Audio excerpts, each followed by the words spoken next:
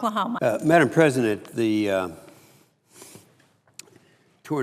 from Oklahoma, I can remember back in the days when they called Oklahoma, southern Kansas, northern Texas, and southwestern Missouri, Tornado Alley. And I say to my good friend from Oregon that I've been in aviation for many, many years. I know people who won't even fly airplanes through that, what they call Tornado Alley. But now I think we know that tornadoes, as many of our colleagues are fully aware of, are a daily threat to Americans each spring as severe weather rolls across the country. Now, in the past 30 years, only over 34,000 tornadoes have touched down somewhere in the country, which means that one touches down on an average of every 8 hours of each day. Now, this chart right here, each one of these little green dots represents a tornado. But we can all witness that once each spring, many of them grow into the very voracious and dangerous storms that bring significant harm to property and life. This year, 57 such tornadoes struck 14 states and claimed 550 lives. Alabama was the hardest. I can remember when Oklahoma has been ranked as the hardest. They had over 240 killed. Missouri, I might say to my good friend from Missouri on the floor here, also suffered heavily with the loss of 157 people in Joplin. And I say to my friend from Missouri, I was up in Joplin right after that happened, down close to the Oklahoma border. And it's just something you have to witness before you understand it. In my state of Oklahoma, where we have more than our fair share of tornadoes this spring, the storms resulted in the death of 14 people and the injury of many others. Until you've had this happen and you go on site, which I always make it a point to do after each tornado in Oklahoma, to go down and talk to the people. And you think of little kids looking for their toys and this type of thing, but they're gone and gone for good. While this year has seen a large number of fatal tornadoes, there are a nationwide threat each spring. Since 1980, 734 deadly tornadoes have claimed 2,400 lives in at least 37 different states, including 126 in my state of Oklahoma. Unfortunately, many of these lost lives could have been avoided had storm shelters been more widely used. In the past few months, a number of Oklahomans have asked me if there is a federal program that promotes the installation of tornado storm shelters. They observe that those individuals who have these storm shelters, they live through it.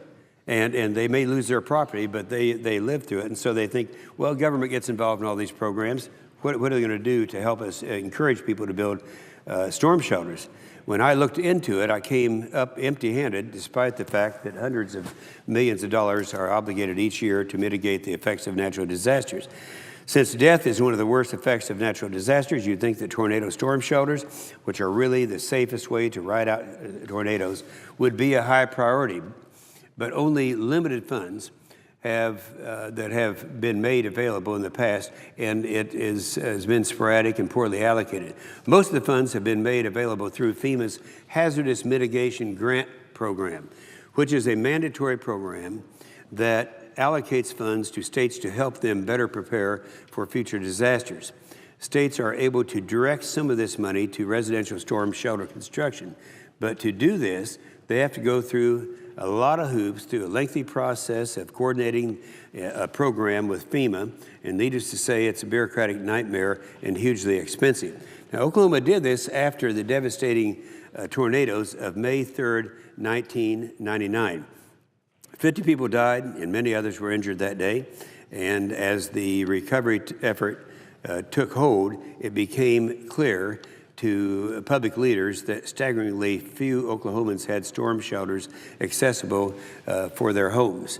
Because of this, Oklahoma's Department of Emergency Management worked with FEMA to create a temporary rebate program to encourage individuals to install storm shelters in their homes.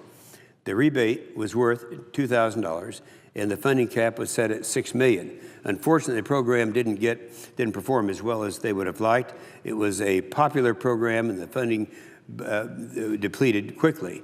But because of the rebate amount, only 3,000 homeowners were able to take advantage of the program despite its $6 million in funding level. Now, we're talking about here in the state of Oklahoma.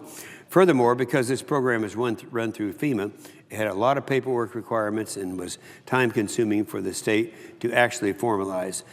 Furthermore, the ultimate decision of who received the rebate rested with FEMA and the Oklahoma Department of Emergency Management, and they decided who received the rebate and who did not. Now, if you ask me, that's a pretty expensive, poorly designed program, but that's generally the way that FEMA structures these programs when states go to the trouble of requesting them. All told, the FEMA's sporadic hazard mitigation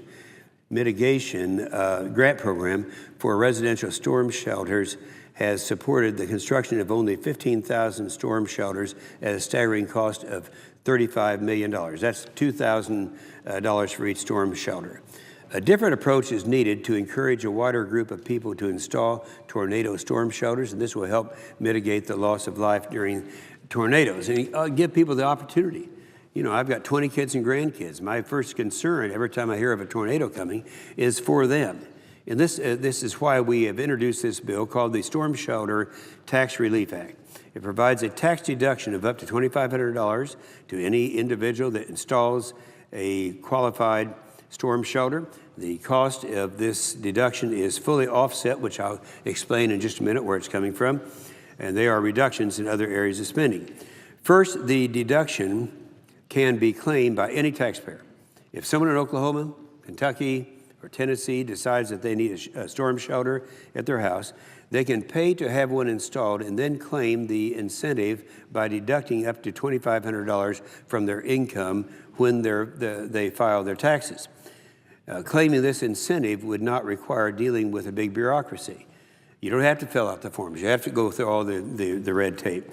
And that's one of the reasons that people don't do it under the existing program. As I said before, previous programs that have been administered through the FEMA place the power of the shelter incentive into the hands of an agency and not a family, not individuals.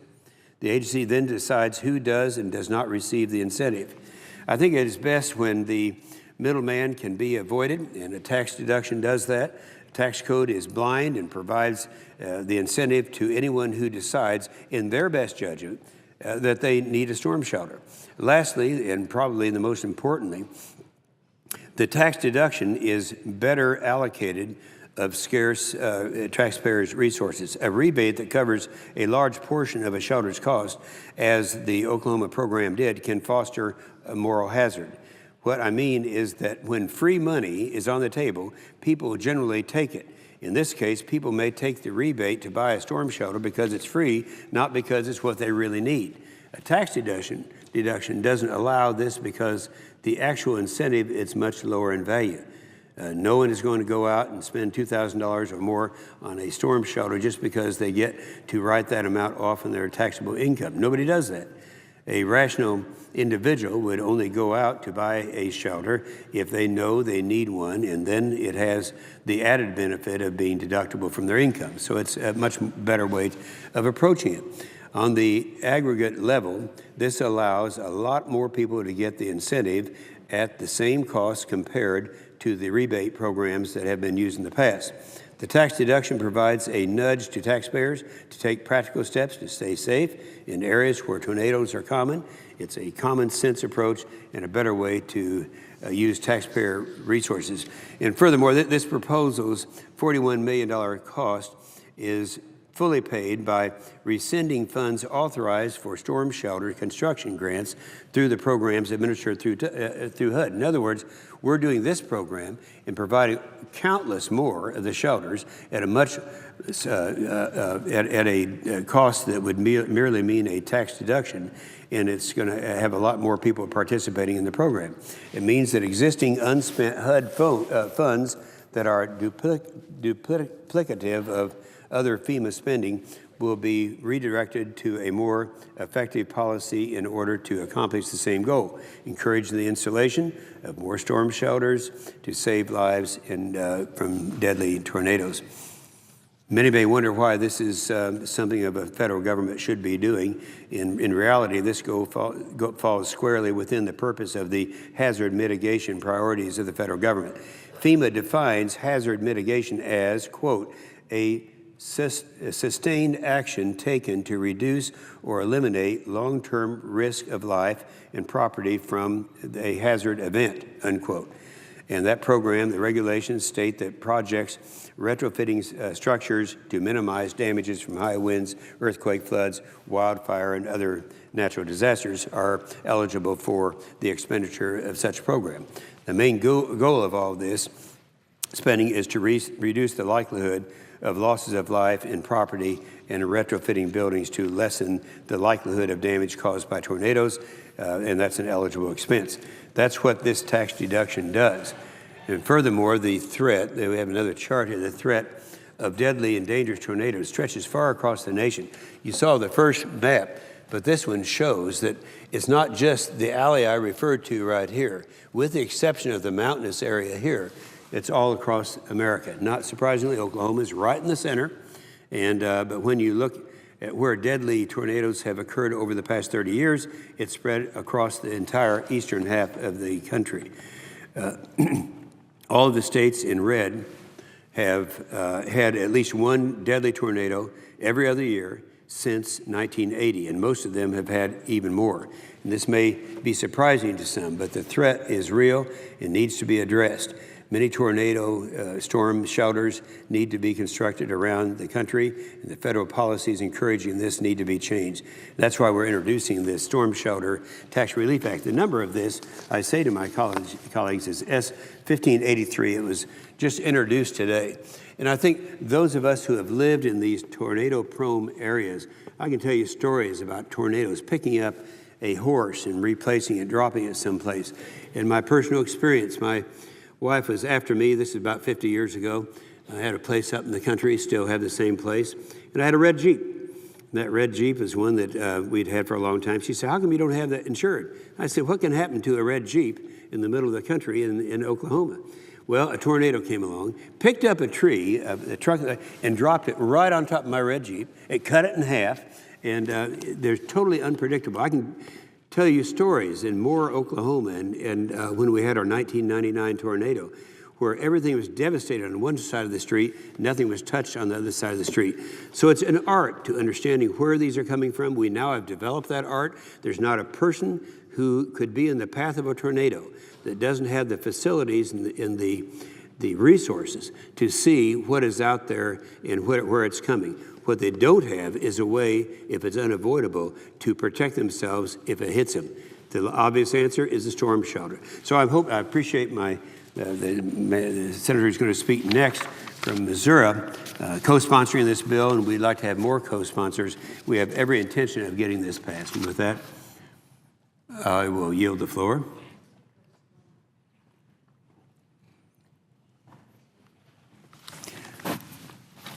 Madam President. The senator from Missouri. Well, I am pleased to co-sponsor that bill with Senator Inhofe, and between he and I, we may have been to the scenes of more tornadoes than almost anybody else in America who's not a storm chaser. Because of where we live and what we've done, we've had a chance to see the aftermath of many tornadoes, and unlike the floods that we've dealt with in our state and the hurricane around this year and the hurricanes we dealt with in other states recently, the tornadoes there, and you don't get much warning, and that storm shelter needs to be close if you want a chance to get into it. And the bill that he has drafted, and I'm proud to co-sponsor with him, provides that opportunity to get that storm shelter nearby. I want to talk for a few